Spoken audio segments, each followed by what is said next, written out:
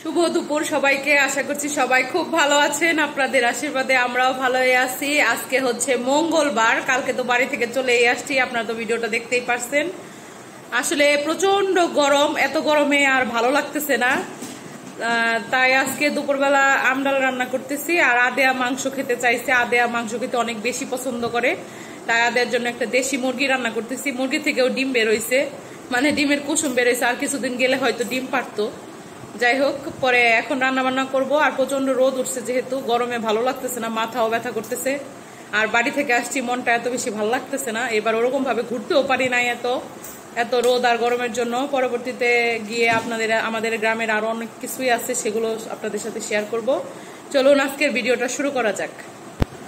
এদিকে আমি রান্নার জন্য সবকিছু গুছিয়ে নিছি, এদিকে মাংসটা কেটে নিছি। দেখতেই পাচ্ছেন ডিম বের হয়েছে, যে মানে কুসুম হয়েছে আর কি। এখানে আছে আলু ভাজা করব, ডাল রান্না করলে তো আলু ভাজা করতেই হবে।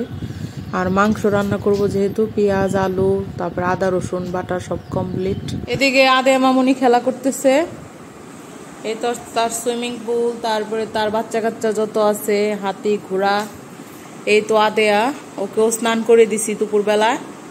ঘর বাড়ি পরিষ্কার করা কমপ্লিট হয়ে গেছে। এত গরমে বাচ্চার অবস্থাও খুব খারাপ। এদিকে সে রান্না বান্না করতেছে। এই তো চলুন এখন রান্না বান্নাটা করি। ডাল রান্না করলে তো আমাদের বাসায় আলু ভাজা করতেই হবে, এটা হচ্ছে কমন বিষয়।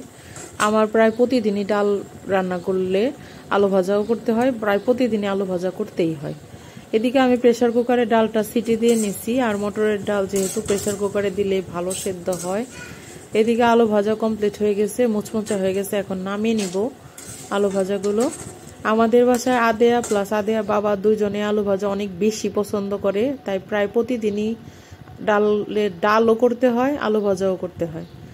এদিকে ডালে জল দিয়ে দিব এখন পরিমাণ মতন। একটু পাতলা করে রান্না করব, যেহেতু আম ডাল পরে ঠান্ডা হলে পরে ঘন হয়ে যায়, তাই এখন একটু বেশি পরিমাণে জল দিয়ে ভালো করে মানে ফুটিয়ে নিব।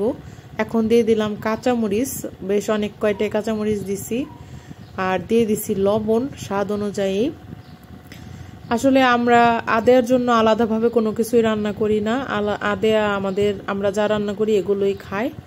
কেটে রাখা আমটাও দিয়ে দিলাম। এখন পাশের চুলায় মাংসটা রান্না করব। এখানে আমি তেলের উপরে জিরা তেজপাতা ফোড়ন দিয়ে প্রথমে আলু দিলাম, তারপরে দিয়ে দিব কেটে রাখা পেঁয়াজ। আমি আলু আর পেঁয়াজ একসাথেই ভাজি, কারণ হচ্ছে আমার মনে হয় সময় তাহলে একটু কম লাগে। এই তো তাহলে আলুটা ভালো সেদ্ধও হয়। আজকে মুরগিটা একটু অন্যরকম ভাবে রান্না করতেছি, মশলাটা আগেই কষাবো না।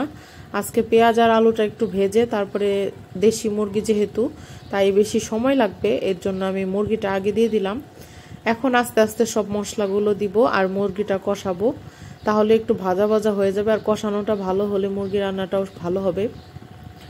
অনেকদিন পর আজকে একবারে দেশি মুরগি, মানে গৃহস্থ। এখানে আদা রসুন কাঁচামরিচ একসাথে বেটে নিছি, আর আছে জিরার গুঁড়া, হলুদের গুঁড়া, মরিচের গুঁড়া, স্বাদ অনুযায়ী লবণ। এদিকে মাংসটা একটু নাড়াচাড়া করা হয়ে যাওয়ার পর এখন আমি মশলাগুলো দিয়ে দিব। যেহেতু শুকনা মশলা একসাথে দিছি আর বাটা মশলার সাথে, তাই একটু জল দিতে হবে, না হলে পুড়ে যেতে পারে মশলাটা। তাই ওই বাটিটা ধুয়ে একটু জল দিয়ে দিলাম। এখন ভালো মতো নাড়াচাড়া করে মিশিয়ে ভালোভাবে কষাবো।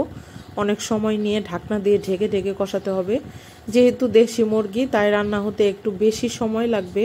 আর প্রেসার কুকারে দিব না, তাহলে টেস্টটা আমার কাছে মনে হয় বেশি ভালো লাগে না। মুরগি প্রেসার কুকারে রান্নালে আমার কাছে ভালো লাগে না। এই তো ঢাকনা দিয়ে ঢেকে ঢেকে ভালো মতো কষাচ্ছি। দেখতেই পাচ্ছেন কালারটা অনেক বেশি সুন্দর হয়েছে। আর দেশি মুরগি একটু মানে ভালো করে কষিয়ে একটু সময় নিয়ে আস্তে আস্তে করে রান্না করলে পরে বেশি ভালো হয়। এদিকে আমার মাংস কষানো শেষ, এখন দিয়ে দিলাম জল। এখানে আমি কুসুম গরম জল ব্যবহার করছি, কারণ কুসুম গরম জল ব্যবহার করলে মাংসটা তাড়াতাড়ি সেদ্ধ হবে আর রান্নাটা মানে সুন্দর হবে, কালারটাও সুন্দর হবে। এই তো মাংস রান্না। এদিকে আমি মাংস রান্নার শেষে ডালটাও বাগার দিয়ে দিছি। তেলের উপর একটু তেজপাতা, শুকনো মরিচ আর গোটা সরিষা ফোড়ন দিয়ে ডালটা করছি। এদিকে রান্না বান্না শেষ, আদেয়ার বাবা খেতে বসছে, আদেয়াও খেতে বসছে সাথে। আর আদেয়ার বাবা আজকে দুপুরবেলা বাড়িতে মানে আসছে খাওয়ার জন্য। বারান্দায় একটু গেছিলাম, যে দেখলাম আম ঝুলতেছে, তাই একটু ভিডিও করে রাখলাম আপনাদের জন্য। এই তো এখন হচ্ছে সন্ধ্যাবেলা, আমরা যাচ্ছি একটু হাঁটতে, রেডি হয়ে গেছি। বাড়িতে খেয়ে দিয়ে আমরা অনেক মোটা হয়ে গেছি, তাই এখন হাঁটাহাঁটি করতে হবে। এই তো যাচ্ছি হাঁটতে। রেডি হয়ে গেছে, ঘুম থেকে উঠে পুরো দমে। মাম্মার আব্বাজান রেডি হচ্ছে। তুমি জুতাটা পরে নাও মাম্মা, তোমার জুতাটা নামিয়ে পরে নাও।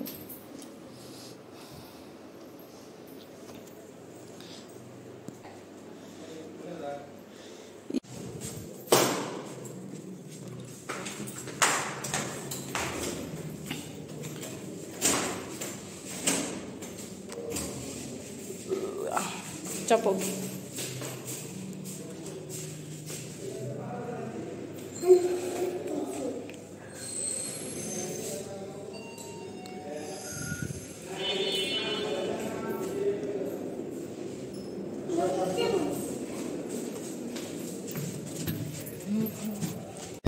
এই তো অনেকক্ষণ হাঁটাহাঁটি করলাম, তখন ভিডিও করা হয় নাই। এখন একটু দোকানে আসছি, 2টা ভীম সাবান নিলাম বাসন মজার জন্য, আর হচ্ছে আদেয়া একটু চকলেট কিনলো।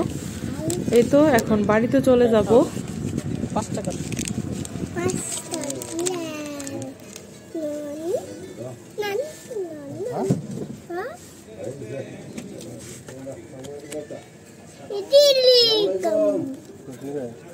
না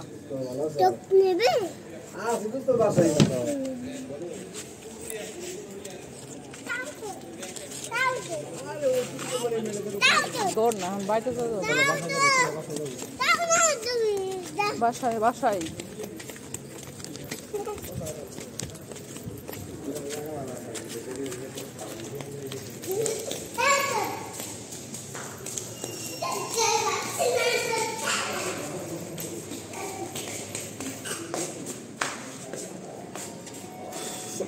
চলো চলো।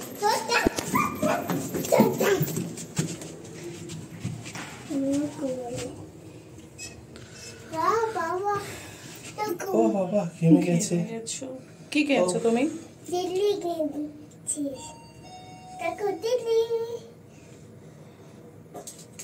আমি কিন্তু সাবান। এটা তো ভীম না গো, অন্য।